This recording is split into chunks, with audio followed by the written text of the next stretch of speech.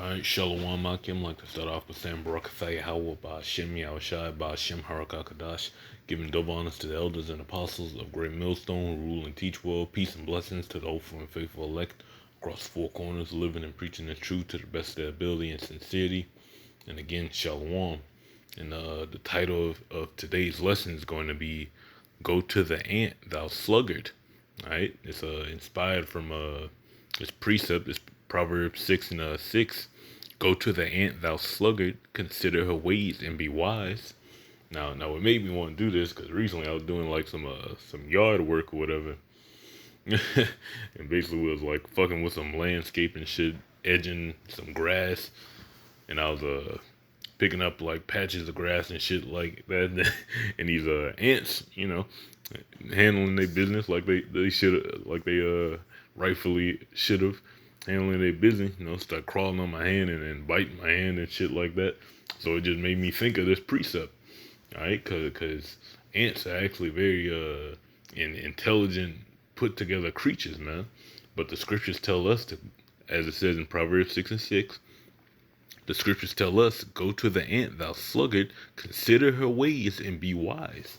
All right, now why is it saying that? That's the point that I want to get on. Why is the scripture telling you to go to something as simple as an ant and to consider its ways, man, and try to get wisdom from the way ants live their lives, man.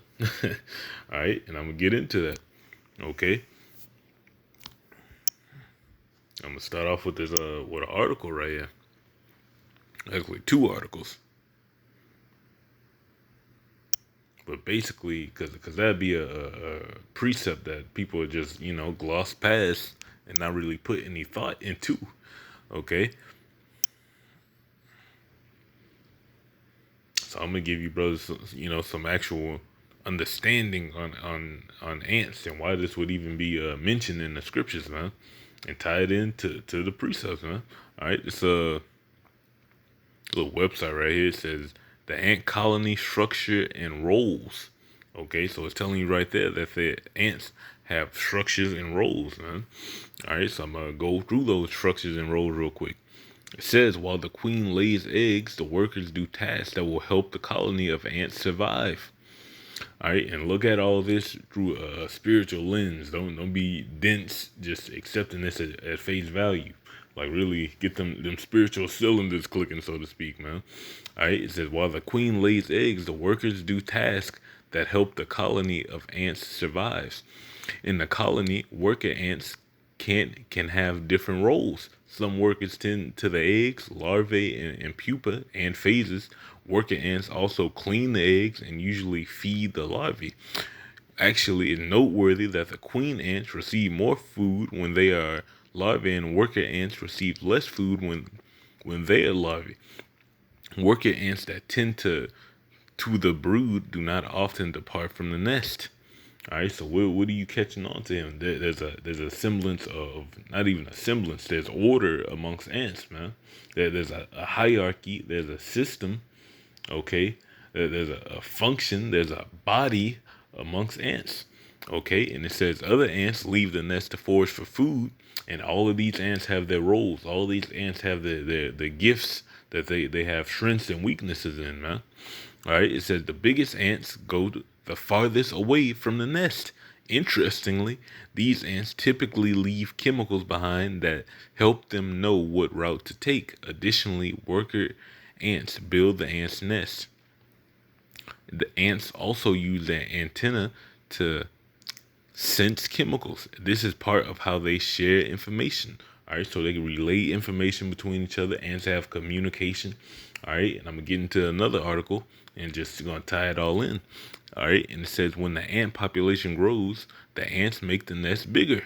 All right, so ants have the understanding of hierarchy, man. They have the understanding of rulership mentality, so to speak, man. They have the understanding of organizing and having a functioning nation.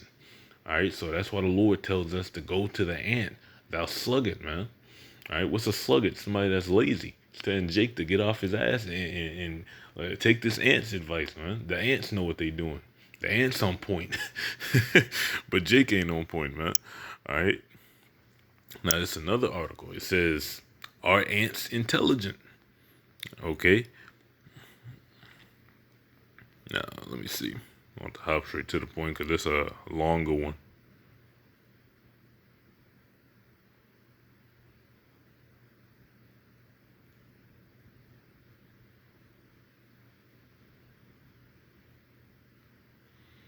All right, start right here. It says, but if we look closer, we can see that ants exhibit many of the characteristics and behaviors that we associate with intelligence and civilization. Okay, because they are a civilization. They are a nation. Okay, all right. So the Lord's telling us to see, look towards an ant to see how order goes, man. To see how a nation should be ruled. It says, in fact, if ants did not exist on Earth, but we encountered them, for example, on Mars, I am sure that we would wonder if we had encountered an intelligent alien race that builds cities, farms, raises animals, and organizes itself into a complex society complete with social ranks such as nobles, soldiers, workers, and slaves. Is not that how it works amongst the nation of Israel, man? Do you not have the priests, the kings, the men of war? All right, the women who are supposed to take care of the children, man. All right, it's the same thing, and it's not that how it works in the body. You got the elder apostles on down to the least of us. All right, there's an order, there's a hierarchy. All right, in this truth, man, in us as a nation, there's a hierarchy that we have to follow. All right, as Israelites. And it says, and organizes itself into a complex society complete with social ranks such as nobles, soldiers, workers, and slaves. I am sure that we would conclude that these aliens were in fact intelligent. So why do we ignore the signs of intelligence of ants on our own world? Do we have an intelligent alien species literally under our feet? All right. Okay, so I'm gonna just go breeze through some of the little subtitles. Y'all brothers can, pause and read if you want. It says ants build cities. Okay. Ants farm and cultivate mushrooms. Ants farm other insects. Ants wage war. Okay. Ants capture slaves. Now I'm actually read some of this just for, cause why not? This seem a bit more interesting. It says ants wars will often result in the defeated survivors being kept as slaves by the victorious ant colony. All right, isn't it's not that in the scriptures, man? Is that not how we function as a nation, man? When we were in power, is that not what King David did? All right, so that's why we should look towards the ant.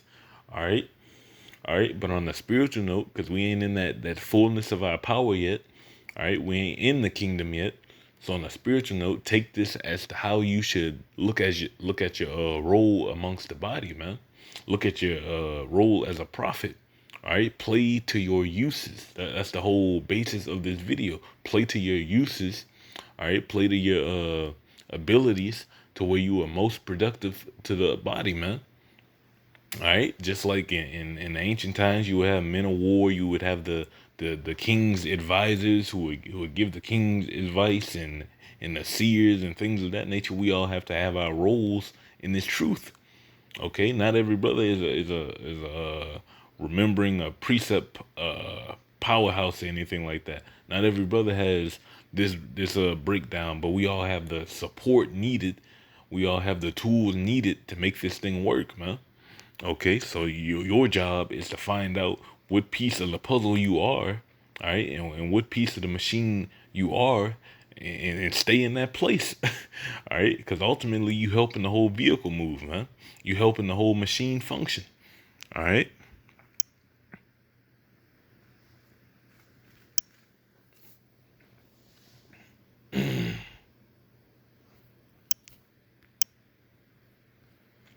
It's First Corinthians 3:10. It says, according to the grace of Yahweh, which is given unto me as a wise master builder, I have laid the foundation. Okay, so we've had men lay the foundation for us, and another buildeth thereon. But let every man take heed how he buildeth thereupon. So that's our job, man. We need to take heed. We need to find our position and see how we could assist in building this house, man. Who's gonna take the 2x4s? Who's doing the measuring? All right, who's doing the cutting, man? Who's doing the heavy lifting? These are the type of things that you need to know in order to run a kingdom, man. We are seeing the beginning stages of the kingdom through being in the body, man. We're seeing how the hierarchy of the kingdom will work through being in this truth in this ministry like this, man. All right, that's Ephesians 4:14. It says that we henceforth be no more children, tossed to and fro and carried about with every wind of doctrine, by the sleight of men and cunning craftiness, by whereby they lie in wait to deceive. But it's the point right here. It says, verse 15, but speaking the truth in love may grow up into him in all things, which is the head, even Mashiach. All right, so Lord is the head. This is the order, man. Even ants have a hierarchy amongst them. So what more so for us? Why should we not be in order, man? It says, from whom the whole body fitly joined together and compacted by that which every joint supplieth. All right, so everyone's carrying their weight. Okay, so when we get on those cameras, it looks beautiful, man. It looks smooth. All right, but nobody's seeing the toil and the sweat and the private studies and the conference calls, man. Okay, but that's the point. We're supposed to make the Lord look good, man. All right, just like when King Solomon was getting asked about his kingdom. All right, it was easy for her to ask that. Oh, this is beautiful. How is this so magnificent like this? But you don't see the work that's being put in, man. All right, you didn't see when King David was putting all these heathens in captivity and getting those riches like that, man. You ain't see none of that. All right, but that hierarchy was required. All right, that teamwork, that effort was required. Okay, and it says according to the effectual working in the measure of every part. Okay, so everything has to be effective on this machine. Maketh the increase of the body unto the edifying of itself in love.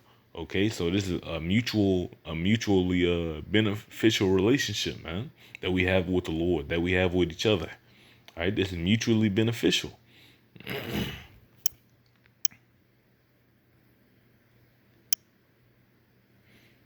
All right, it's not in the ant colony what they do mutually beneficial. Some of them bring food, some of them raise the children, man. They literally have their own society. So we need to look at that and take that wisdom from it, like the scriptures say, man. All right, and this is First Corinthians 12:17. It says, "If the whole body were an eye, where were the hearing? If the whole were hearing, where were the smelling?" As in, everything has its uses, bro. Oh, okay. So every brother has his uses. Every brother has his benefits. All right. Every brother's memory isn't going to be the same. Every brother's ability to speak and articulate isn't going to be the same. So you got to play to brother's strengths and weaknesses. All right, you got to be a team player. You have to have a rulership mentality. You have to have the mindset of being over people.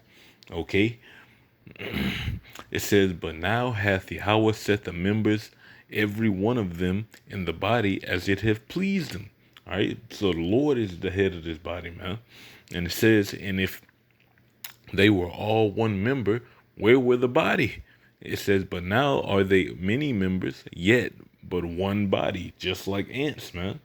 All right, so that's why we have to look towards the ants. All right, because they all function for the greater good, to feed the families, to feed the whole nation, and ultimately to feed the queen. In this situation, it's talking about Yahushua would be the top of that thing, top of that pedestal, man.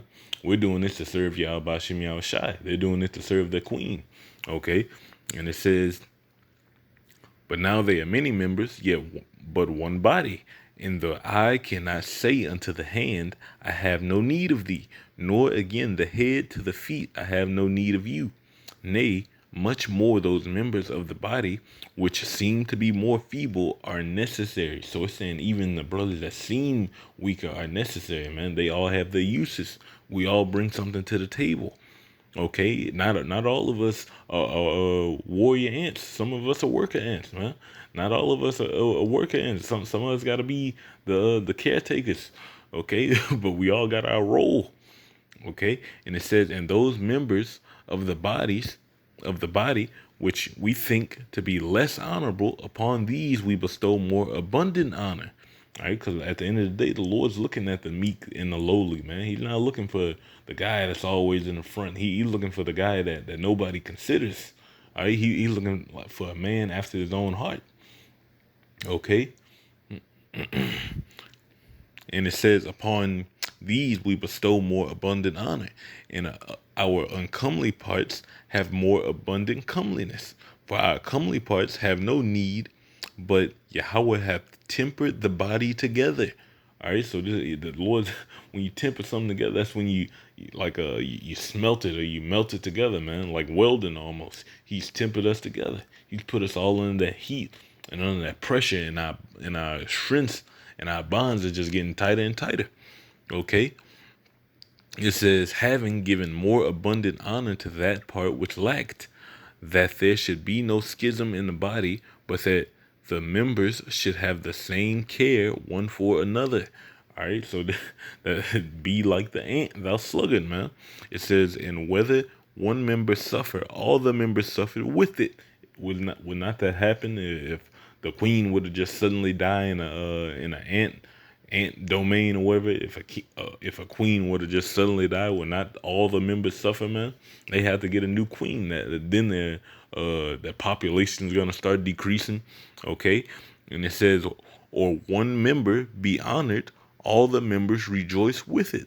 But because we work together, but because we function as a team, we function as a unit in the spirit, we're all gonna get that benefit, because we're at the end of the day, we're all working for that same penny, man.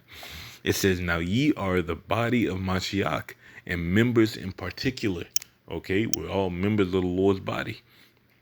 And it says, all right, it's Ecclesiastes 4:9. It says, two are better than one, because they have a good reward for their labor.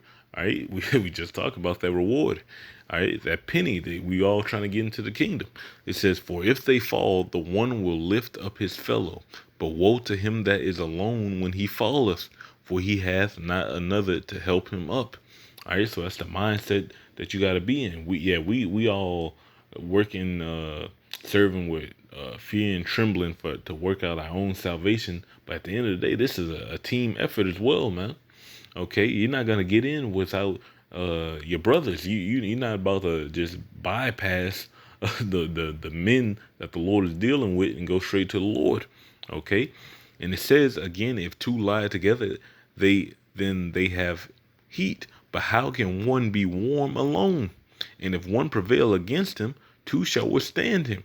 And a threefold cord is not quickly broken. So you want to be in the mindset of being that threefold cord, man. You want to be tightly knit with the body. You want to be tightly in tuned with everything that's going around with the brothers around you, man. You got to know them which labor amongst you, all right? And esteem them for their labor's sake, man.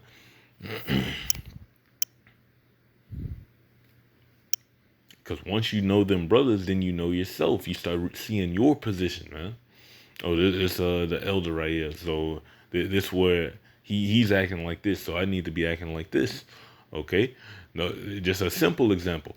All right, and it says, I'll take it out on this one. It's 1 Corinthians 1:10. It says, now I beseech you, brethren, by the name of our Lord Yahushua Mashiach, that ye all speak the same thing, and that there be no divisions among you, but that ye be perfectly joined together in the same mind and in the same judgment. All right, so we need to have a hive mind mentality. All right, just like ants have, we need to have that hive mind mentality, always thinking about the greater good. All right, the greater good of the body, the greater good of the Lord's will, man. Okay, so with that, I hope this was a quick edifying lesson. Gonna end it by giving infinite honors and praises to Yahweh, Ba'ashem Yahushai, Ba'ashem Harakakadash. Double honors to the elders and apostles, a great millstone, rule and teach well. Peace and blessings to the oath and faithful elect across the four corners, living and preaching the truth to the best of their ability and sincerity. Shalom, Akim.